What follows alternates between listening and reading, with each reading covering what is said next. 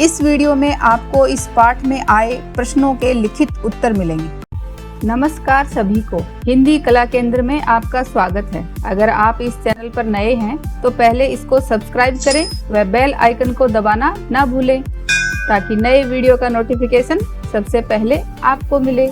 उठ किसान ओ। बच्चों, इस कविता को हमने इसके भाग 1 में पढ़ा व समझा था। अब इसके अभ्यास प्रश्नों को देखते हैं।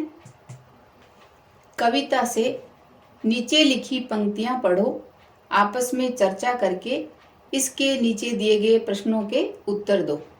जैसा कि हमने कविता में पढ़ा, तेरे हरे भरे सावन के साथी ये आए हैं। क्या बादल हरे भरे सावन के साथी हैं अथवा किसान के या दोनों के? तो हमने कविता में पढ़ा था ना कि कवि किसान को कह रहे हैं कि तेरे हरे भरे सावन के ये साथी आ गए हैं। कौन है सावन के साथी? काले घने बादल। तो यहाँ पर क्या पूछा जा रहा है कि बादल हरे भरे सावन के साथी हैं या किसान के या दोनों के? तो काले घने बादल दोनों सावन व किसान के साथी हैं। क्यों साथी हैं? क्योंकि बादल ही बारिश लेकर आते हैं और तभी किसान फसल उगा पाते हैं। और सावन के साथी कैसे हुए कि बादल ज़्यादा सावन के महीने में ही आते हैं, तो सावन के साथी हुए। और किसान के लिए पानी लाते हैं, इसलिए किसान के साथी। तेरे प्राणों में भरने को नया राग लाए हैं। बादल ऐसा क्या लाए हैं जिससे किसान के प्राणों में नया राग भर जाएगा? तो ये भी हमने कविता से जाना कि बादल अपने साथ पानी लेकर आए हैं। उससे क्या होगा? बारिश होगी, और जब बारिश अच्छी होगी तो किसानों की फसल अच्छी होगी। ऐसा सोचकर ही किसानों के मन में नया जोश व उमंग भर जाता है। इसलिए कवि ने किसानों के प्राणों में नए राग भरने की बात की है कि इन काले घने बादलों को देखकर किसानों के प्राणों में नए राग भर जाएंगे। यह संदेशा लेकर आई सरस मधुर शीतल पुरवाई। पुरवाई किसान के लिए क्या संदेश लेकर आई होगी? तो पुरवाई हवा जो समुद्र की ओर से धरती की ओर चलती है, तो इसके चलने से बारिश आती है। इसलिए पुरवाई किसानों के लिए क्या संदेश लेकर आई होगी? पुरवाई किसानों के लिए बादल रूपी मेहमान का संदेश लेकर आई है, जो इतने दूर से केवल किसान के लिए अकेले चलकर उनके घर तक आए हैं। अर्थात पुरवाई हवा किसानों को सतर्क करने आई है कि जल्द ही बारिश होने वाली है। तेरे लिए अकेले तेरे लिए कहाँ से चलकर आई? क्या सचमुच पुरवाई केवल किसान के लिए चलकर आई है? वह कहाँ से चलकर आई होगी? तो पुरवाई सभी के लिए आई है, लेकिन इससे किसान बहुत खुश होता है क्योंकि उन्हें खेती के लिए पानी की अत्यधिक जरूरत होती है। तो वैसे पुरवाई हवा हम सभी के लिए लाभदायक है। वह कहाँ से चलकर आई होगी? वह पूर्व दिशा से आने वाली हवा होती है, जो समुद्र से चलकर पहाड़ों से होते हुए जमीन तक आती है। कविता के आधार पर बताओ कि जब हरा खेत लहराएगा तो क्या होगा? जब हरा खेत लहराएगा तो वह हरी पताका फहराएगा। बादलों के घिर आने पर कवि किसान को उठने के लिए क्यों कहता है? बादलों के घिर आने पर कवि किसान को उठने के लिए इसलिए कहता है क्योंकि बादल उसके साथी सावन के साथ आया है। बादल किसान के प्राणों में नया राग भरने को आया है। साथ ही किसानों को बादलों के आते ही अपने खेत में फसल बोने की तैयारी करनी है। इसलिए कवि किसानों को उठने के लिए कह रहा है कि अपनी नई फसल को उगाने के लिए तैयार हो जाओ। रूप बदलकर बादल किसान के कौन से सपनों को साकार करेगा? बादल रूप बदलकर किसान के खेतों में मुस्कुराएगा। उसकी हरी भरी खेत में पताका बनके फहराएगा। अर्थात किसान अपने खेत में हरी भरी फसल का जो सपना लेता है उसको पूरा करेगा। छिपा है कौन, हरा खेत जब लहराएगा, हरी पताका फहराएगा। छिपा हुआ बादल तब उसमें रूप बदलकर मुस्काएगा। कविता में हम पाते हैं कि सावन की हरियाली बादलों के कारण ही हुई है, इसलिए कवि को उस हरियाली में मुस्कुराते बादल ही दिखाई देते हैं। बताओ कवि को इन सब में कौन दिखाई दे सकता है? जैसे गर्म हवा या लू के थपेड़े, तो उस वक्त कौन मुस्कुराता हुआ दिखाई देगा? भयंकर गर्मी। सागर में उठती ऊंची ऊंची लहरें, तब सागर की सुंदरता या तूफान। सुगंध फैलाता हुआ फूल, फूलों के गुच्छे जिसमें सुगंध हो, वो मुस्कुराते हुए नजर आएंगे।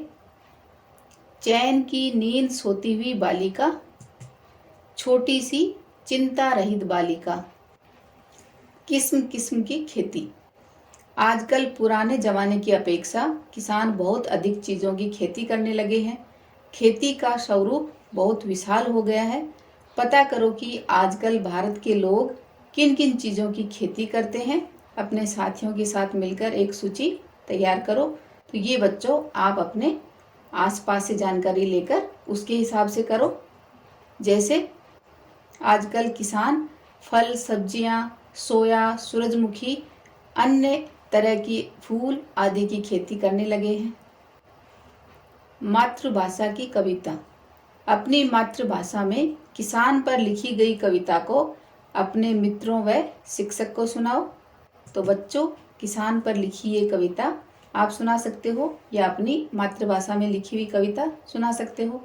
जैसे मैं किसान के बलिदान सुनाने आया हूँ, मैं किसान को न्याय दिलाने आया हूँ, मैं किसान का बेटा हूँ, हो किसान का हक मांगने आया हूँ, बलिदान सुनाने आया हूँ, न्याय दिलाने आया हूँ।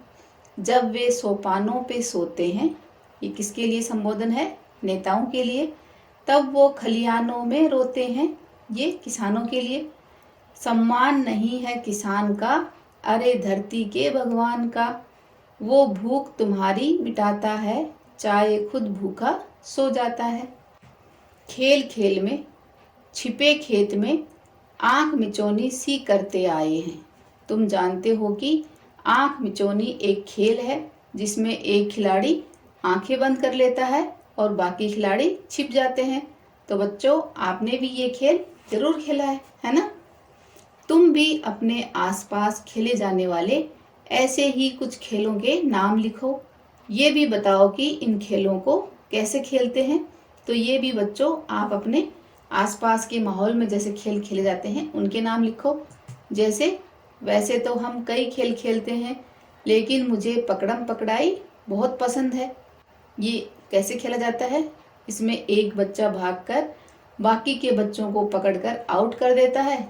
जो सबसे पहले आउट होता है अगली बार वो सबको पकड़ता है। गरजना बरसना। उड़ने वाले काले जलधर, नाच नाच कर गरज गरज कर, ओढ़ फुआरों की सित चादर, देख उतरते हैं धरती पर। बादल गरज गरज कर धरती पर बरसते हैं, परंतु इसके विपरीत उल्टा एक मुहावरा है, जो गरजते हैं वे बरसते नहीं। कक्षा में 5-5 बच्चों के समूह बनाकर चर्चा करो कि दोनों बातों में से कौन सी बात अधिक सही है। अपने उत्तर का कारण भी बताओ। चर्चा के बाद प्रत्येक समूह का एक प्रतिनिधि पूरी कक्षा को अपने समूह के विचार बताएगा। तो बच्चों वैसे तो आपने सुना ही होगा कि बादल गरज गरज कर धरती पर बरसते हैं, लेकिन ये जो मुहावरा है, जो गरजते हैं वे बरसते नहीं, वो इसलिए है कि कुछ लोग बातें तो बड़ी बड़ी करते हैं लेकिन उसके अनुसार काम नहीं करते, इसलिए उस वक्त ये मुहावरा होता है कि जो गरजते हैं वे बरसते नहीं। इसलिए वर्षा ऋतु में बादल खूब गरज गरज कर बरसते हैं, लेकिन कभी कभी बादल गरज कर भी नहीं बरसते, इसलिए दोनों बातें सही हैं। लेकिन यहाँ पर जो ये मुहावरा है, इसका अर्थ ये है कि जो लोग लंबी लंबी बातें या डींग हाँकते हैं वो उसके अनुसार काम नहीं करते। वर्षा से जुड़े या वर्षा के बारे में कुछ और मुहावरे खोजो, उनका प्रयोग करते हुए एक एक वाक्य बनाओ। जैसे अभी एक मुहावरा था, जो गरजते हैं वो बरसते नहीं। तो इसका वाक्य में प्रयोग कैसे होगा? रामू की बातें सुनकर लगता है कि मानो वह कोई कलेक्टर हो, मगर वह 8वीं पास है। सच ही है कि जो गरजते हैं वो बरसते नहीं। अर्थात जो व्यक्ति ज्यादा बढ़ चढ़कर बातें करता है वह असल में वैसा कार्य नहीं करता है।